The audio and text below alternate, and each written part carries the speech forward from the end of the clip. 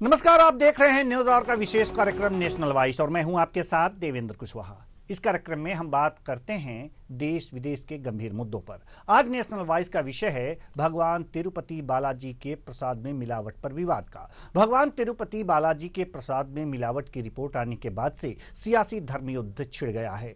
आलम यह है कि मामले में फांसी और सीबीआई जांच तक की मांग हो गई है।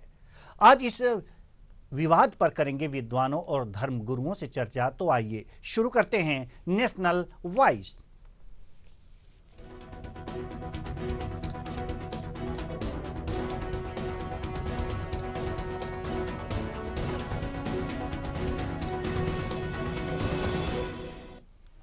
आंध्र प्रदेश के विश्व प्रसिद्ध तिरुपति बालाजी मंदिर में मिलने वाले प्रसाद के लड्डू में मिलावट को लेकर पूरे देश में रोष है। दरअसल आंध्र प्रदेश के सीएम चंद्रबाबू नायडू के पिछली जगन मोहन रेड्डी सरकार पर मंदिर के प्रसाद में घी की जगह मछली का तेल और जानवरों की चर्बी मिलाई जाने के आरोपों के बाद से विवाद जारी है। प्रसाद में चर्बी का मामला हकीकत है या कोई फसाना? तो आइए शुरू करते हैं प्रसादम।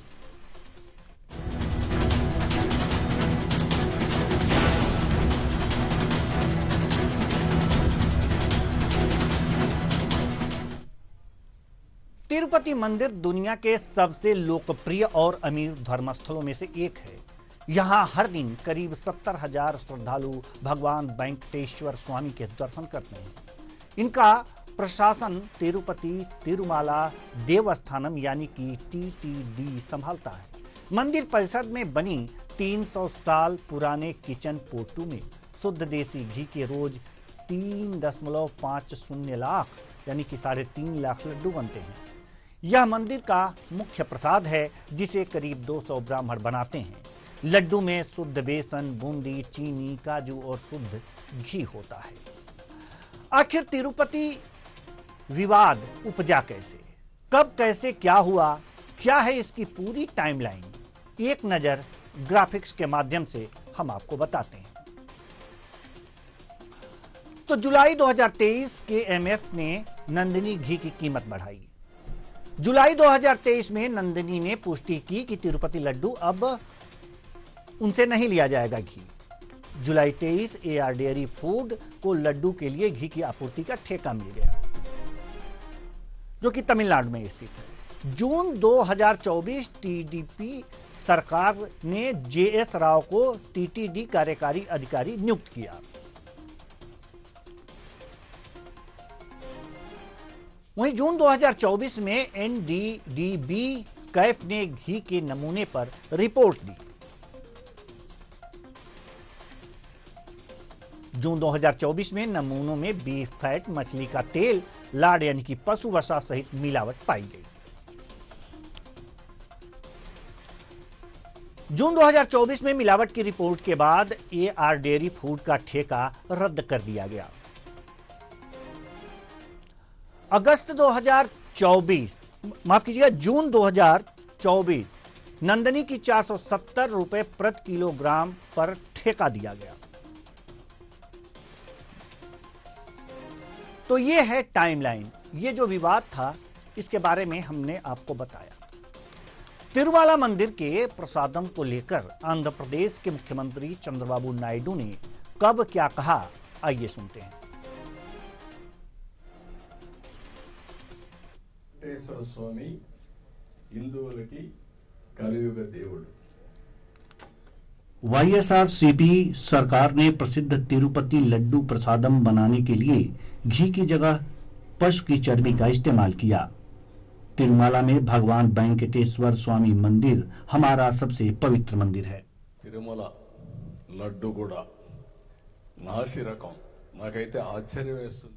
तिरुमाला लड्डू में पशु वसा, फिश ऑयल की मिलावट पर अपराधियों के खिलाफ सख्त कार्रवाई की जाएगी।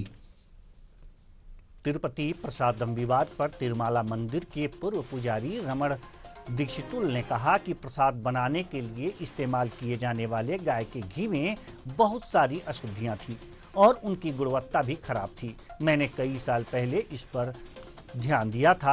मैंने इसे संबंधित अधिकारियों और ट्रस्ट बोर्ड के अध्यक्ष के सामने रखा था, लेकिन उन्होंने इसकी परवाह नहीं की। आइए सुनते हैं।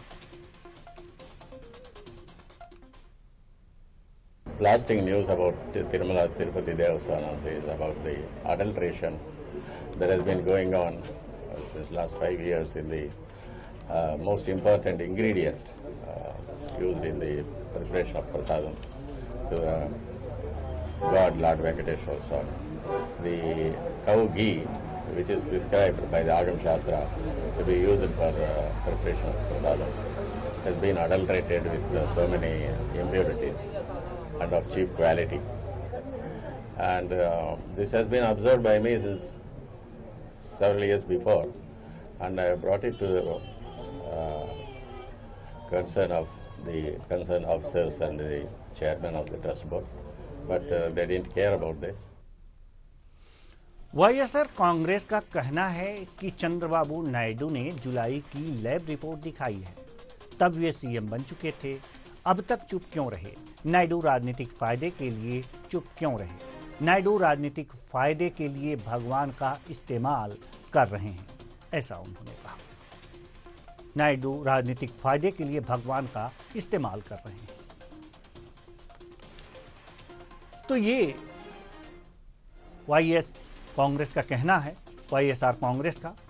अब वाईएसआर सीपी प्रमुख और आंध्र प्रदेश के पूर्व मुख्यमंत्री वाईएस जगनमोहन रेड्डी ने तिरुपति लड्डू प्रसादम विवाद पर कहा है, आखिरकार मैं खुद प्रधानमंत्री को एक पत्र लिख रहा हूं, मैं भारत के मुख्य न्यायाधीश को भी एक पत्र लिख रहा हूं, मैं उन्हें समझा रहा हूं कि कैसे चंद्रबाबू नायडू ने तथ्यों को तोड़ मरोड़ कर पेश किया और ऐसा करने के लिए उनके खिलाफ कार्रवाई क्यों नहीं की जानी चाहिए। सुनिए।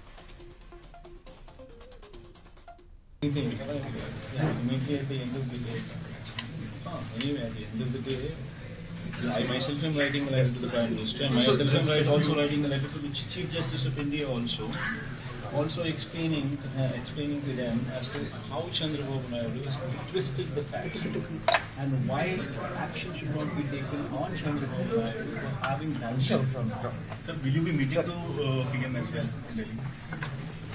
PM meeting is a separate story altogether. And we writing a letter to these institutional bodies, the heads of the institutional body, that's a different story. तो आज इसी मुद्दे पर हम चर्चा करेंगे और चर्चा के लिए हमारे साथ जो मेहमान जुड़े हुए हैं उनसे आपका परिचय करा दें। रमेश शर्मा जी, वरिष्ठ पत्रकार, बहुत बहुत स्वागत है आपका हमारे इस कार्यक्रम में। प्रमोद गोस्वामी जी, राजनीतिक विश्लेषक, आपका भी बहुत बहुत स्वागत है हमारे इस कार्यक्रम में। संतोष पांडे जी, धर्मगुरु हैं, आपका भी बहुत बहुत स्वागत है हमारे इस कार्यक्रम में।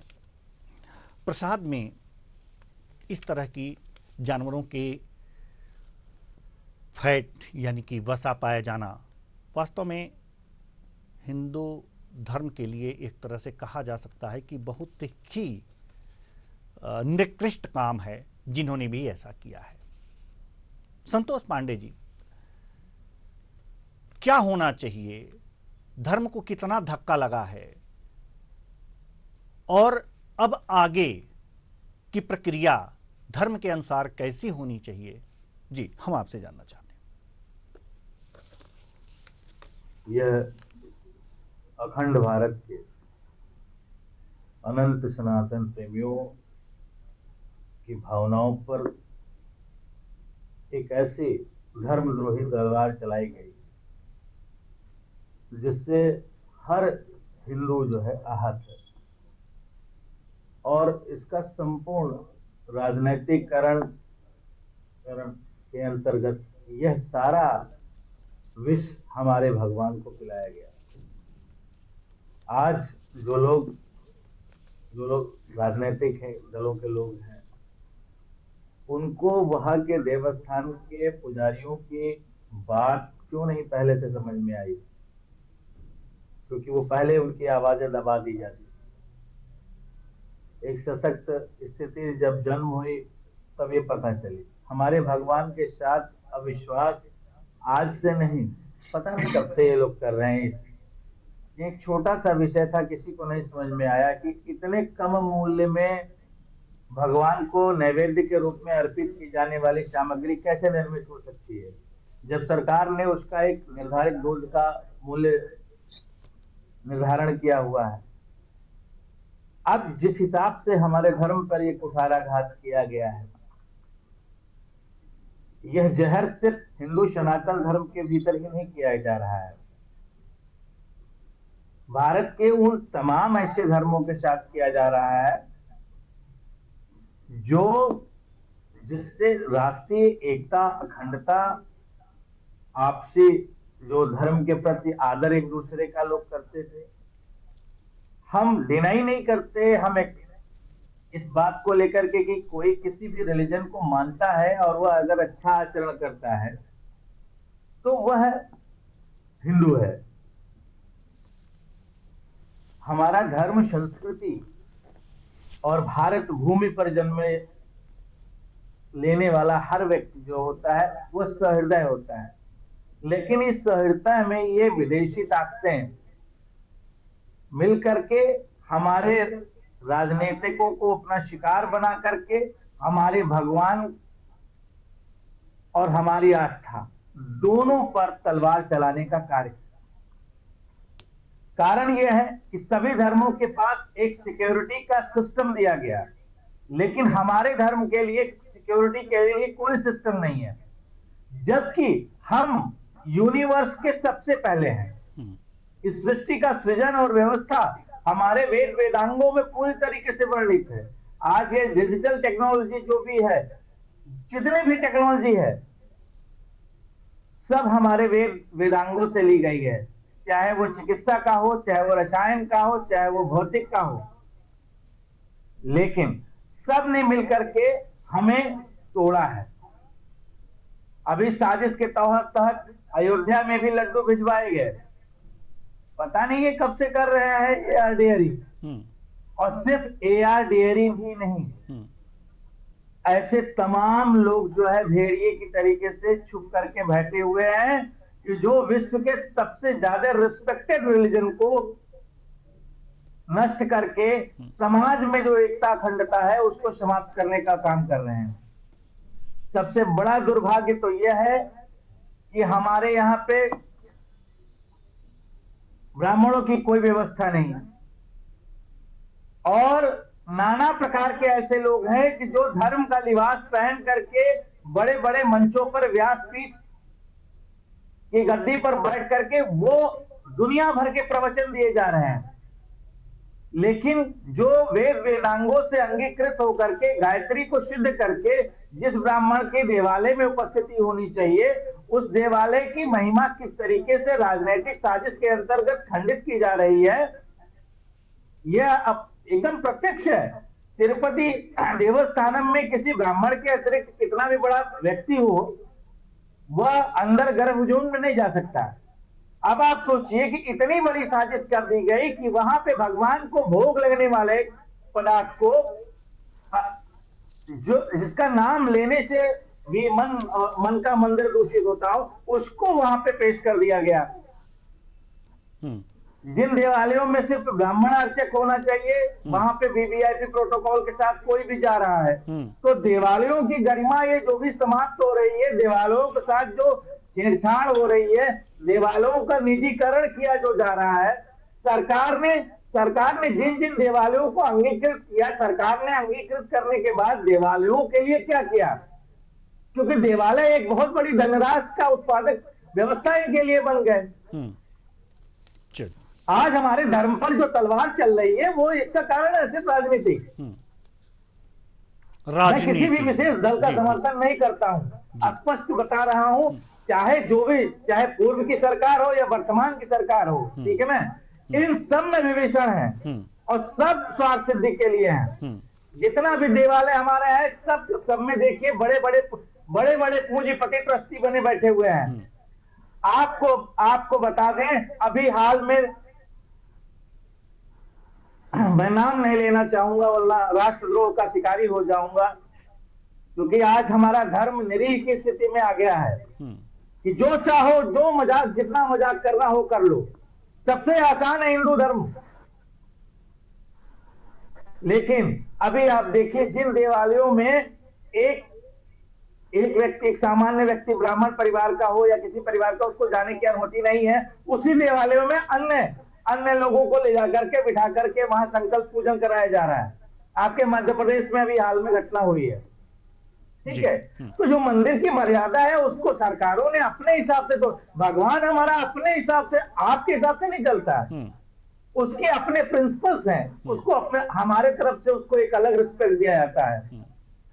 और हमारा भगवान किसी विशेष भोग का भूखा हुआ नहीं है, लेकिन वो हमारा रिस्पेक्ट है कि हम अपने इस ईश्वर जिसने हमको बनाया, इतने सुंदर तरीके से बनाया कि तुम अच्छे आचरण करोगे, धर्म की स्थापना करोगे, माताओं बहनों बेटियों के बीच की जो मर्यादा है उसको सुनिश्चित करोगे, समाज को एक साथ लेकर के चलोगे, वह कहाँ रह गया? ब्राह्मण ने संसार को सब कुछ दे दिया, स्वयं के लिए भिक्षा चुनी, और वो अभी प्रत्येक घर से वो भिक्षा मांगता था, तब अपने घर आता था। समाज में ब्राह्मण को तिरस्कृत करके नाना प्रकार के अपने स्वार्थ सिद्धि के लिए ऐसे ऐसे लोगों को ट्रस्टी बना दिया गया कि वो ब्राह्मण व्यवस्था की बात नहीं कर रहे हैं। सारे हमारे गुरुकुलों का पोषण बंद कर दिया गया। कहते हैं कि हम हिंदूवादी हैं, हम हिंदू रक्षक हैं, ठीक है ना, हम हिंदुत्व की रक्षा करेंगे। हमारे राम का रंग काला नहीं था, दक्षिण को प्रसन्न करने के लिए राम के रंग को विष श्याम कर दिया गया। जी, बड़ी बात आपने कह दी। आपका संकेत जहां है वो बिल्कुल दर्शकों को भी समझ में आ रहा होगा। हम आपके पास आएंगे। मुझे इस मंच से किसी का डर नहीं है। मैं धर्म के लिए खुद को समर्पित किया हूं और धर्म के लिए अंतिम सांस तक मैं लड़ता रहूंगा। और ये मेरी मंच से उन तमाम धर्मद्रोहियों को चुनौती है कि जब जब धर्म पर प्रहार हुआ है तब नारायण अवतार लिए हैं, और जिसको ना समझ में आए वो जा करके भगवान श्री कृष्ण के चरित्र को पढ़ ले। ठीक है, आएंगे हम आपके पास। संतोष पांडे जी, रुख करेंगे रमेश शर्मा जी वरिष्ठ पत्रकार की तरफ। प्रमोद गोस्वामी जी, हम थोड़ी देर बाद आपके पास आते हैं। जरूरी यह है कि रमेश शर्मा जी, सवाल यह है कि जो टीटीडी था उसको क्या ये समझ में नहीं आया कि अगर जो नंदनी घी ने अपनी कीमत बढ़ाई है तो कुछ कारण रहा होगा। अब आरएस डेयरी को उन्होंने सस्ते दरों पर घी उपलब्ध कराने का ठेका दे दिया और ये मामला आ गया। तो क्या इतनी समझ नहीं थी टीटीडी को, या कोई और बात रही होगी?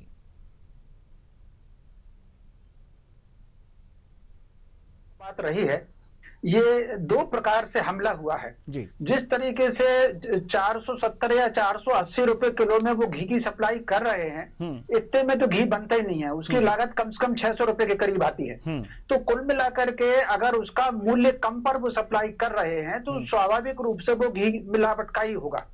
और इतना जान करके अगर उसको ठेका दिया है तो ये मुझे लग रहा है कि ये दो प्रकार का हमला है सनातन धर्म पर।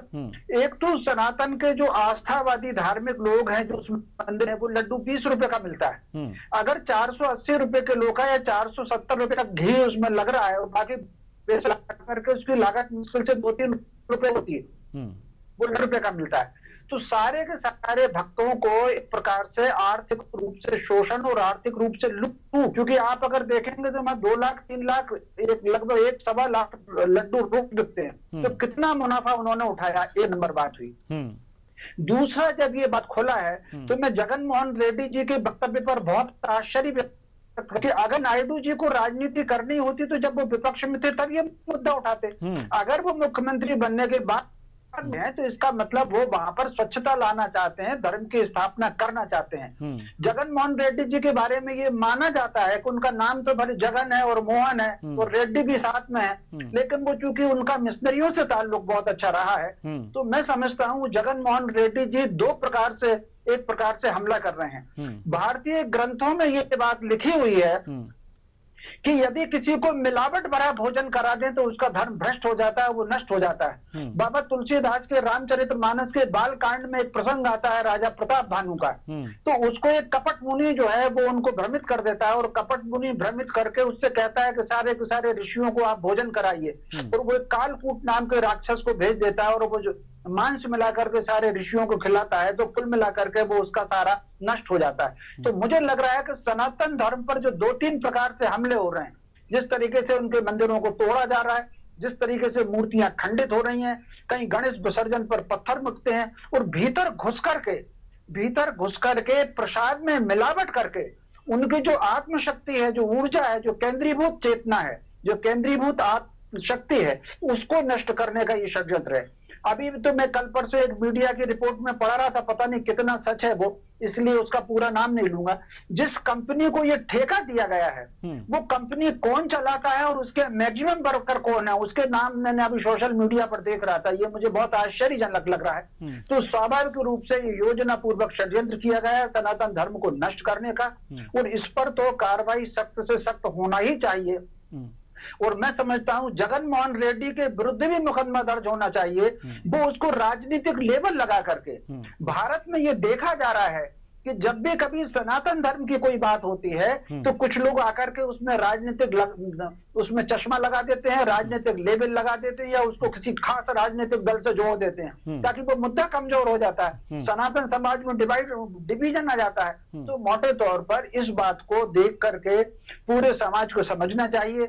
जगन मोहन रेड्डी की पृष्ठभूमि जिस तरीके से है, क्योंकि ईसाइयों ने जो षड्यंत्र किया था बंगाल में, अगर ईसाइयों ने षड्यंत्र किया था तो एक महिला थी निर्मला देवी पंडिता, तो नाम के आगे पंडिता, और वो सारी विधवा महिलाओं में काम करती थी और उन सबको ईसाई बनाती थी। तो मैं समझता हूं जगन मोहन रेड्डी कुछ इसी तरह का षड्यंत्र कर रहे हैं, और इस पर पूरे देश को, पूरे समाज को एकजुट रहना चाहिए। और एक बात जरूर मैं असहमत हूं जो अभी संत जी ने कहा है, सनातन धर्म ब्राह्मणों की धर्म पर नहीं चलता, सनातन धर्म सनातनियों की धर्म पर चलता है। अगर ब्राह्मणों की धर्म पर चलता होता तो रावण के पुतले नहीं चल रहे होते, सुनाशेप के पिता को चांडाल घोषित नहीं किया गया होता, रविदास जी, मीराबाई रविदास जी को अपना गुरु नहीं बनाती, रामानंदाचार्य रैदास जी को अपना शिष्य नहीं बनाते, वाल्मीकि जी किस समाज में उन्होंने जन्म लिया, ऋग्वेद के 8वें मंडल में एक पूरा सूक्त वाल्मीकि जी का है। तो कुल मिलाकर के सनातन धर्म चलता है, मानवता के आधार पर चलता है। तो कुल मिलाकर के ये जो व्यवस्था है वो गुण और कर्म के आधार पर व्यवस्था है, जन्म के आधार पर व्यवस्था नहीं है। श्रीमद् भागवत दी गई है, ब्राह्मण कोई जात नहीं है, ब्राह्मण एक संस्कार है जी। तो मैंने आपकी बात को टोका नहीं, अब मेरी बात को टोक रहे हैं। कौन से, किस गुरु के हैं आप, किस परंपरा के? आप मर्यादित तरीके से, आप अगर मर्यादित तरीके से श्रीमान बात करेंगे, पूजा मेरी बात सुनिए। हमारे यहाँ दोनों ने हमारे यहाँ 16 संस्कारों की जो व्यवस्था है, मेरे बात सुन लीजिए। आप भारतीय यदि हैं और वेद वेदांगों से थोड़ा सा संबंध अपना बनाएंगे तो ब्राह्मण को मनुष्य जन्मते जायते शूद्रस्य। आप हम आचरण से, तो जो आचरण वहां के होना चाहिए देवालयों में, उसके जो ट्रस्टी होने चाहिए, उसके जो सेवादार होना चाहिए, जो भगवान को अभिषेकित करते हैं, जो भगवान के वस्त्र, मतलब उन नाना प्रकार के जो भगवान की व्यवस्था से अपना संपर्क बना के रखते हैं, वह ब्राह्मण है। ब्राह्मण सिर्फ वस्त्र या तिलक या टाइटल लगा देने से ब्राह्मण नहीं हो जाता है जी। यही मैंने कहा है, गुण और कर्म के आधार की हमारे यहाँ व्यवस्था है। तो और श्रीमद् भागवत में तो ब्राह्मण की परिभाषा है, पशु से श्रेष्ठ मनुष्य है, मनुष्य से श्रेष्ठ गंधर्व है, गंधर्व से श्रेष्ठ किन्नर है, किन्नर से श्रेष्ठ यक्ष है, यक्ष से श्रेष्ठ देव है, और देव से श्रेष्ठ जो ब्रह्म को जान ले वो ब्राह्मण है। श्रीमद् भागवत में ये पूरी की पूरी परिभाषा है। तो कुल मिलाकर के गुण और कर्म की हमारी व्यवस्था है। जो ईश्वर के प्रति भक्त हैं, जो ईश्वर के प्रति समर्पित हैं, वो लोग कहीं ना कहीं मंदिरों में रहना चाहिए। और जो वेश बदल करके कालकूट की भांति और कपट मुनि की भांति जिनको योजना पूर्वक जगन मोहन रेड्डी ने अपने मुख्यमंत्री काल में बिठाया है, उन सबको मंदिर से, उन सारे पुजारियों को बाहर करना चाहिए जी। अब हम रुख करेंगे प्रमोद गोस्वामी। बात कही आपने। जी जी, बिल्कुल बिल्कुल। प्रमोद गोस्वामी जी की तरफ हम रुख करेंगे। बड़ी देर तक आप हमारे विद्वानों की बातें सुनते रहे, विद्वान रमेश शर्मा जी की बात सुने, धर्मगुरु संतोष पांडे जी की बात सुने। बात अब राजनीति की कर लें। राजनीति की बात यह है कि जगन मोहन रेड्डी या फिर आंध्र प्रदेश के मुख्यमंत्री चंद्रबाबू नायडू जो भी बयान दिए हैं, उन बयानों का मतलब क्या है? हमारे धर्म पे, सनातन धर्म पे तो हमला हुआ है, उसे क्षरण करने का प्रयास किया गया है, लेकिन अब इसके बाद इनका बयान कि तू दोषी, मैं दोषी, मैं दोषी, तू दोषी। इन बयानों पे क्या कहेंगे? देखिए बड़ा दुर्भाग्य का विषय है कि अब चाहे वो धर्म हो या सामाजिक सरोकार हो, इन सारी चीजों पर राजनीति हावी हो गई है। सारे राजनीतिक दल निश्चित रूप से, चाहे वो कोई भी धर्म हो, उसके पीछे वो राजनीति और सत्ता हासिल करने का उन्होंने एक सीढ़ी बना ली है। और ये पिछले लगभग मैं कह सकता हूं कि लगभग 2 दशक से जो धर्म के नाम पर राजनीति का चलन शुरू हुआ है, वो कहीं ना कहीं दुर्भाग्यपूर्ण है। एक चीज। दूसरी बात एक महत्वपूर्ण ये है कि अभी जैसा स्वामी जी ने कहा और शर्मा जी ने भी, कि जिस ढंग से वहां के तिरुपति बालाजी के प्रसाद के लड्डुओं का जिस ढंग से ठेका दिया गया, और शर्मा जी ने कहा कि वो 450 रुपए में 600 रुपए से ज्यादा की कीमत आती है, 450 में वो कैसे दे रहे हैं? तो ये जो ठेकेदारी और इस देश, बल्कि अब ये कह दें कि जो समाज में अर्थ प्रधान, ये समाज अर्थ प्रधान हो गया है। आज से पहले धर्म प्रधान था, तो वो मूल परिवर्तन जो आ गया है कि अब वो धर्म परायण से अब वो अर्थ परायण हो गया है। अब उसको इसमें कोई मतलब ये तो एक धर्मालय की बात छोड़ दीजिए, ये तो सबसे निकृष्टतम उदाहरण सामने आया है जिस ढंग से उसमें चरित्र मिलाने की बात आई है। इससे ज्यादा दुर्भाग्यपूर्ण नहीं हो सकती। दूसरे, उस मंदिर में या उसमें अगर शासन या प्रशासन का उसमें ट्रस्टी है, उसने अगर ये ठेकेदारी प्रथा की है, तो अब ठेकेदारी प्रथा में भी जो लेन देन का चलन शुरू हो गया है, जो अर्थ का प्रवाह उसमें आने लगा है, ये सारी विकृतियां उसके निमित्त पैदा हो रही हैं कि अर्थोपार्जन कैसे किया जाए, वो चाहे सही ढंग से किया जाए या गलत ढंग से किया जाए, धर्मालय से किया जाए या वैश्यालय से किया जाए या व्यापारिक रूप से किया जाए। ये जो एक आदमी के चरित्र में जो एक बदलाव आया है, क्योंकि अब आदमी की योग्यता का प्रमाण नहीं रह गया है। अब आप अर्थ प्रधान होने की वजह से अगर आपके पास अर्थ है तो समाज भी आपको महत्व देने लगा। कि उस आपाधापी या उस दौड़, जो अर्थ की दौड़ है, उस अर्थ की दौड़ के दुष्परिणाम हम आप देखने को मिल रहा है, समाज को देखने को मिल रहा है। आज अर्थ की वजह से ही, अब आप एक छोटा सा उदाहरण ले लीजिए कि पहले संयुक्त परिवार होते थे, उनमें एक मुखिया होता था या एक कमाने वाला होता था, 10 लोग खाने वाले होते थे, और वो कितना सुंदर व्यवस्था थी।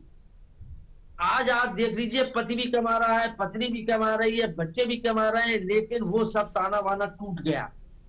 सब अर्थ के चक्कर में, मतलब बाप बेटे के रिश्ते खराब होने लगे, भाई भाई के रिश्ते खराब होने लगे अर्थ को लेके।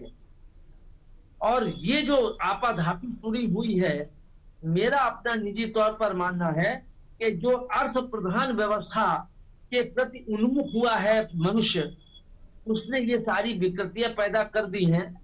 अब उसको आप बताइए कि इससे ज्यादा दुर्भाग्य क्या होगा, इससे ज्यादा आदमी का पतन क्या होगा, उसका चारित्रिक पतन, उसका वैचारिक पतन।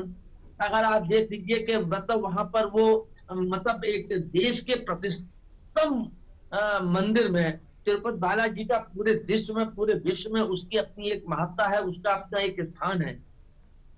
और वहां पर जिस ढंग से वहां चर्बी मिला के अगर दी गई, जो जांच में पाया गया। लेकिन फिर जो आपने राजनीति की बात कही कि यहाँ पर हर, चाहे वो केंद्र की सरकार हो, वो भी देख रही है कि चंद्रबाबू नायडू को साधना है कि जगन मोहन रेड्डी को साधना है, तो उस हिसाब से वो रिएक्ट करती है। न्याय करना नहीं चाहती है, वोटों की राजनीति, सत्ता की राजनीति वहां पर भी हावी है। और ये बात बिल्कुल सही कही है अभी हमारे प्रवक्ताओं ने कि इस पे चाहे वो जगन मोहन रेड्डी हो और चाहे चंद्रबाबू नायडू हो, इसकी निष्पक्ष जांच होनी चाहिए। ये राजनीतिक दलों की, केजरीवाल की जांच नहीं है या किसी और राजनीतिक दल की जांच नहीं है, ये देश के करोड़ों सनातनियों से जुड़ा हुआ मुद्दा है। और उसकी भावनाएं बुरी तरह आहत हुई हैं। इस मामले को केंद्र सरकार को भी चाहिए कि वो राजनीति से हटके और अपनी लॉबी से को दूर रख के इसकी निष्पक्ष जांच कराए और मतलब जो दोषी हो, चाहे जगन मोहन रेड्डी हो, चाहे जो इसके ठेका उठाने वाले, क्या ठेका उठाने वाले ने ये नहीं देखा था कि 480 रुपए में कैसे लड्डू बन जाएगा देसी घी का 1 किलो।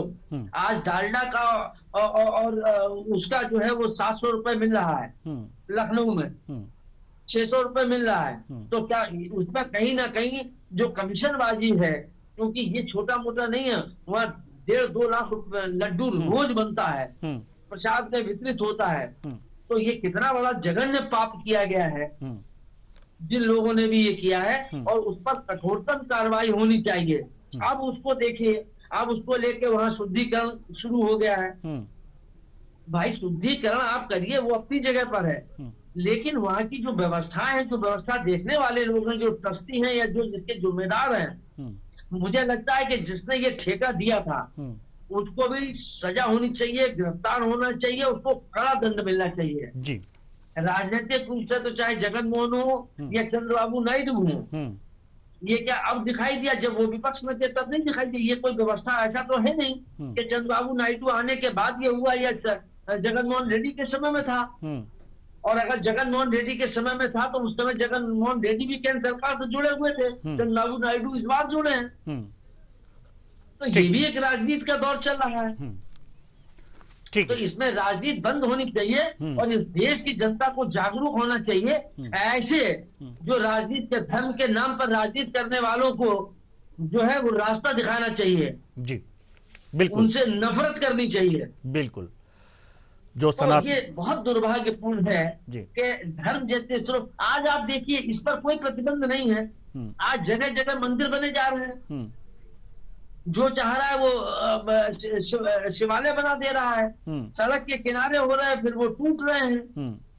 क्या ये सरकार की जिम्मेदारी नहीं है? ये लड्डू का पकड़ छोड़ दीजिए आप जी। अब क्योंकि धर्म स्थल जो है व्यवसाय स्थल बन गए हैं और धर्म के नाम पर जो व्यावसायिकता शुरू हो गई है उससे ये विकृतियां शुरू हुई हैं। इस पर प्रभावी अंकुश लगना चाहिए या इस पर एक कोई ना कोई नीति और नियम बनना चाहिए जी। बिल्कुल बिल्कुल, आपने शुद्धिकरण की एक बात की गोस्वामी जी, आपने शुद्धिकरण। तो संतोष पांडे जी, जैसा कि अभी रमेश शर्मा जी ने कहा कि अगर किसी ऋषि मुनियों को मांस भक्षण करा दिया गया तो उनका जो धर्म है भ्रष्ट हो गया और अशारी शक्तियां विलुप्त हो गई, ये एक तरह से कहा जा सकता है। लेकिन अब यहां भी इस तरह के कांड हो गए, भगवान के भोग लगा दिए गए, उससे इस तरह की बात हो गई, तो शक्तियों का शरण, जो उसमें ओज था, जो उसमें दिव्यता थी, उसका तो शरण कर दिया गया। अब शुद्धिकरण से क्या वो वापस होगा और कितना? देखिए, मैं बता दूं, क्योंकि इस सृष्टि पर सभी व्यवस्थाएं ईश्वर के द्वारा सुनिश्चित है और हमें अगर विष भी मिला है धरती पर तो अमृत भी मिला है। अगर जन्म इस धरती पर हुआ है तो हम गोलोकवासी होने का भी विधान है। अब जिस प्रकार से हमारे कलिकाल के, इस कलयुग के प्रधान अधिष्ठाता देव के रूप में भगवान वेंकटेश विराजित है इस धरा पर, हमारे भारत के तमाम लोगों को सिर्फ ये पता है कि तिरुमाला की पहाड़ियों पर, वेंकटाद्रि पर्वत शिखर पर भगवान वहां मतलब सबसे रिचेस्ट गॉड हमारे वहां है। एक्चुअली में वो रिचेस्ट गॉड तो है ही, लेकिन इस भूलोक के प्रतिपालक के रूप में भी है। और लोगों ने, जैसे हमारे घर का मुखिया होता है कि मुखिया को अगर हर रास्ते से हटा दो तो घर में कोई भी काम करा लो, तो हमारे यहाँ विशेष अनुष्ठान होते हैं इस चीज के लिए। और हमारे देवता अगर स्थान से प्रतिगमित कर जाते हैं किन्हीं कारणवश तो उनको पुनर्आवाहित और प्रतिष्ठित किया जा सकता विधान है। और इस बात पर एक बात आपको और बताना चाहूंगा इस मंच से, क्योंकि शायद जानते हो ये तो आप चुप हो, कि हमारे जितने भी पीठ हैं सभी शंकराचार्यों पर प्रतिबंध है। जितने भी दिव्य महामंडलेश्वर हैं सभी पर प्रतिबंध है।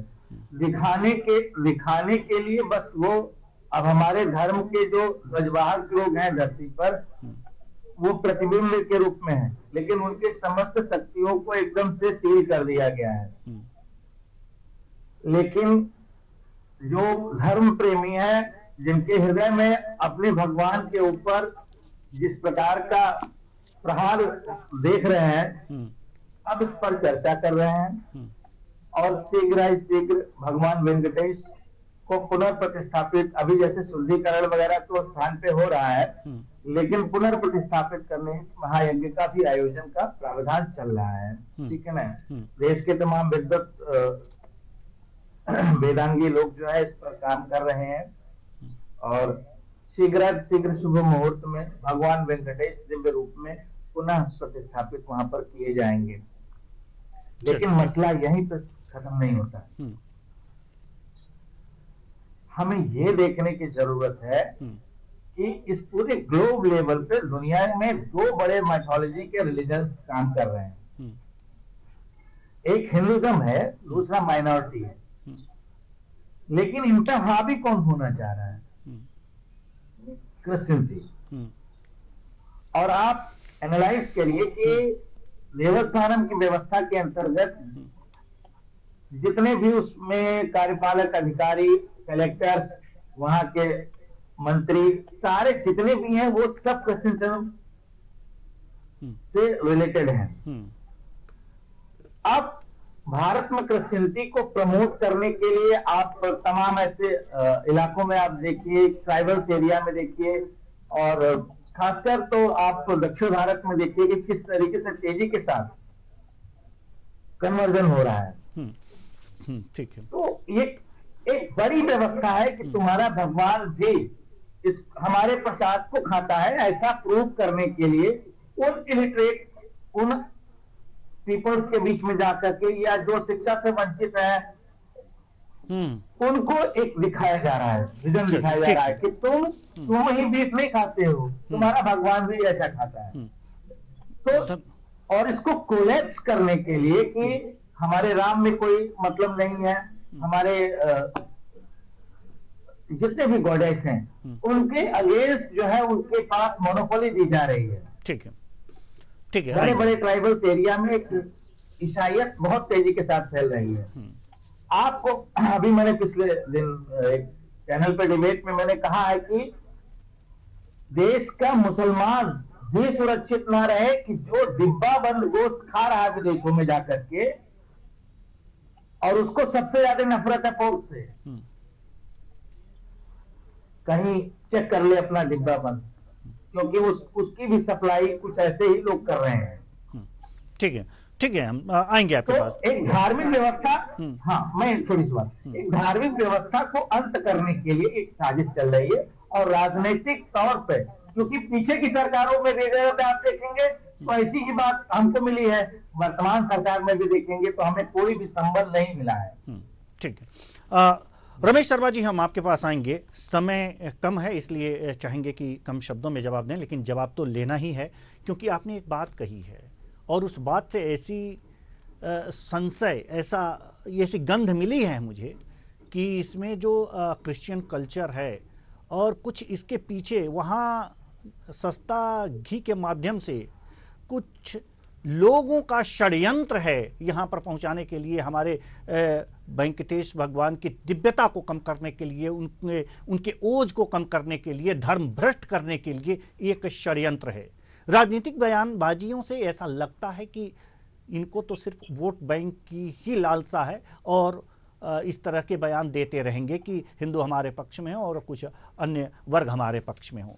इनसे पूरी उम्मीद नहीं की जा सकती कि ये इस तरह के षड्यंत्र का पर्दाफाश करेंगे। ऐसे में अब क्या रास्ता बचता है? देखिए, कुल मिलाकर के सबसे पहले तो जिन लोगों ने ये प्रदूषित और इतना घटिया घी सप्लाई किया है, और इस घटना से मुझे ज्यादा दुख इसलिए है कि इस बीच में मैं भी गया हूं और वहां से लड्डू लेकर के आकर के मैंने कई लोगों को बांटे हैं, तो इसलिए मेरा मन बहुत ज्यादा उस दिन से बहुत व्यथित है। तो ऐसी स्थिति में इन सारे लोगों पर तो उस पर भी और कंपनी के सारे लोगों पर जो सप्लाई करती है उस पर FIR हो और उनकी गिरफ्तारी हो। इस घटना के ऊपर हमारे जो पूज्य चारों शंकराचार्य भगवान, इन चारों शंकराचार्य बैठक हो और उस पर कहीं ना कहीं निर्देश जारी करें, क्योंकि प्रतिदिन अगर 1 लाख लट रहे हैं तो आप कल्पना कर सकते हैं देश के कितने सनातनियों उस लड्डू को ले चुके होंगे। अब ऐसी स्थिति में ये ठीक है कि शुद्धिकरण स्थान का तो शुद्धिकरण हो जाएगा, लेकिन कई बार ये माना जाता है कि जिस तरह का हम अन्न ग्रहण करते हैं वैसा हमारा मन बनता है, वैसे हमारी कोशिकाएं विकसित होती हैं। तो ये जो प्रदूषण जो है कहीं ना कहीं जो शाकाहारी लोग हैं उनके अंदर जो चला गया है वो किस प्रकार शरीर को उनको विकृत करेगा, किस प्रकार उसने मानसिकता को विकृत की और उसका क्या हो सकता है, प्रायश्चित हो सकता है व्यक्तिगत जीवन में। मान लीजिए मेरे जैसा अंतिम छोर की अंतिम पंक्ति पर खड़ा हुआ सनातनी, अगर मैं प्रायश्चित करना चाहूं, क्योंकि वो लड्डू मैं भी खा चुका हूं, तो करना चाहूं तो उसका मार्ग क्या हो सकता है। इसके लिए मेरी चरणों में पूज्य चारों शंकराचार्य भगवान के चरणों में प्रार्थना है कि वो इस समाधान का कुछ ना कुछ मार्ग निकालें, ताकि जो भक्तजन व्यथित हैं, क्योंकि अखबारों में तो वही चीजें आ रही हैं जो राजनीतिक दल बोल रहे हैं, लेकिन वो सारे भक्त व्यथित होंगे जो गए हैं और प्रसाद लेकर आए हैं और उन्होंने खुद भी ग्रहण किया है, वो प्रेम से अपने परिजनों को और अपने मोहल्ले वालों को वो प्रसाद बांटा है। मैं समझता हूं इस पर चारों शंकराचार्य भगवान को आगे आना चाहिए। जी, उनके चरणों में प्रार्थना है मेरी। जी प्रमोद गोस्वामी जी, हम आपके पास आना चाहेंगे, कम शब्दों में चाहेंगे कि आप जवाब दें। राजनीति, देखिए जी एक तो चीज ये है कि धर्म का जो शर्मा जी ने कहा वो उनकी व्यथा, उनका दर्द बड़ा मार्मिक और बड़ा स्वाभाविक है। मैं शर्मा जी की भावनाओं का बिल्कुल मैं भी सहमत हूँ और मुझे भी वही कष्ट और तकलीफ है, मैं भी क्या हूँ, मैं भी उससे पीड़ित हूँ। देखिए दूसरी चीज ये है कि जो शंकराचार्य की अब स्थिति है कि जो हमारे धर्मालय हैं उनका संचालन कहीं सरकार अपने हाथ से ले रही है और सरकार ले रही है तो ऐसे भ्रष्ट लोगों को सौंप रही है। जो धर्मालय है उनकी जिम्मेदारी धर्माचार्यों की होनी चाहिए, तभी उसकी शुचिता बनी रहेगी। अगर वहां से निकाल कर अगर ये जाएगी उसकी शुचिता खत्म होगी। आप देख लीजिए अब मतलब, लेकिन एक विडंबना और भी है। आप देखिए कि जो धर्म से जुड़े लोग हैं वो भी, उनका भी राजनीतिकरण हो गया, वो भी राजनीति की तरफ आ रहे हैं। आप देख लीजिए चिन्मयानंद जी भाजपा में, साक्षी जी महाराज भाजपा में, इनका धर्म से मतलब है, इनका राजनीति से क्या लेना देना। चिन्मयानंद जी पर आरोप लगे, साक्षी जी पर भी आरोप लगे जमीनों को लेके। आप आशाराम बापू को ले लीजिए जो कथा भाषण कर रहे हैं, वो जेल में सड़ रहे हैं। आज हर गली में कथा भाषक निकल आए हैं। ये जो स्थिति है बड़ी विडंबना है। इसमें शंकराचार्यों को आगे आके एक दिशा निर्देश इस देश को देना चाहिए जो देते रहे हैं। निश्चित रूप से अगर ये इस पर शंकराचार्य हमारे आगे नहीं आएंगे, इसके लिए आंदोलन नहीं चलाएंगे, इसके लिए प्रभावी विरोध नहीं करेंगे तो सनातन धर्म को बड़ा भारी नुकसान होगा। इसलिए इन धर्माचार्यों को और जो शंकराचार्य हैं इनको एक दिशा निर्देश करते और तो अब हमारी दिक्कत ये है। एक और मतलब बड़ी महत्वपूर्ण बात मैं 1 मिनट में कहना चाहूंगा कि अब हमारे धर्माचार्य प्रमुख पार्टी से जुड़े हैं, एक हनुमानगढ़ी के कहीं जुड़े हैं और जब दूसरे कहीं जुड़े हैं, तो ये जो चीजें हैं तो इनको राजनीति से, धर्माचार्यों को राजनीति से क्या लेना देना। इनको तो राजनीति का त्याग करना चाहिए। इसमें शंकराचार्यों को आगे आके इसमें जन जागरण चलाना चाहिए, क्योंकि अब राजनीति भ्रष्ट हो गई है। राजनीति के लोग जो हैं वो इस देश को नुकसान पहुंचा रहे हैं। इनका जन सरोकारों से कोई लेना देना नहीं रह गया है। और जब तक व्यवस्था धर्माचार्यों के हाथ में रही इस देश का संचालन सही हुआ। लेकिन धर्माचार्यों का राजनीति से जो जुड़ा हुआ या राजनीति के लोगों ने धर्माचार्यों को जोड़ने का जो उपक्रम किया वो बहुत दुर्भाग्यपूर्ण है।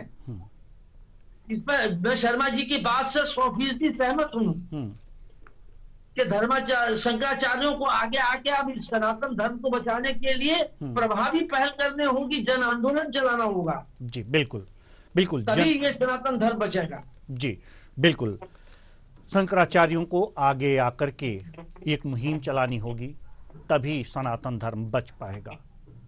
क्योंकि अब बस समय नहीं है, नहीं तो विद्वानों की और भी राय लेते, क्योंकि विद्वानों के मुख से जो इस समय व्यथा निकल रही है, वो खुद अपने आप को व्यथित महसूस कर रहे हैं इस घटना से, और साथ ही साथ जो उनके शब्दों से जो बातें निकल रही हैं वास्तव में सनातन धर्म को मार्गदर्शन देने के लिए काफी हैं। फिलहाल समय नहीं है, नहीं तो और भी चर्चा करते हम। बहुत बहुत धन्यवाद सभी विद्वानों का, सभी मेहमानों का हमसे जुड़ने के लिए और बातचीत में शामिल होने के लिए। तो महाप्रसादम को अशुद्ध करना एक षड्यंत्र भी हो सकता है, लेकिन अब यह हुआ दोबारा ना हो, इसके लिए भी जागरूकता होनी चाहिए। और हमारे विद्वानों ने एक मत से इस बात को कहा है कि अब शंकराचार्यों को आगे आना चाहिए, बैठक होनी चाहिए, और यह ऐसा आगे ना हो इसके लिए कोई प्रबंध जरूर करना चाहिए। अब देखना होगा कि आगे क्या होता है। फिलहाल इस कार्यक्रम में इतना ही। मुझे दीजिए इजाजत। नमस्कार।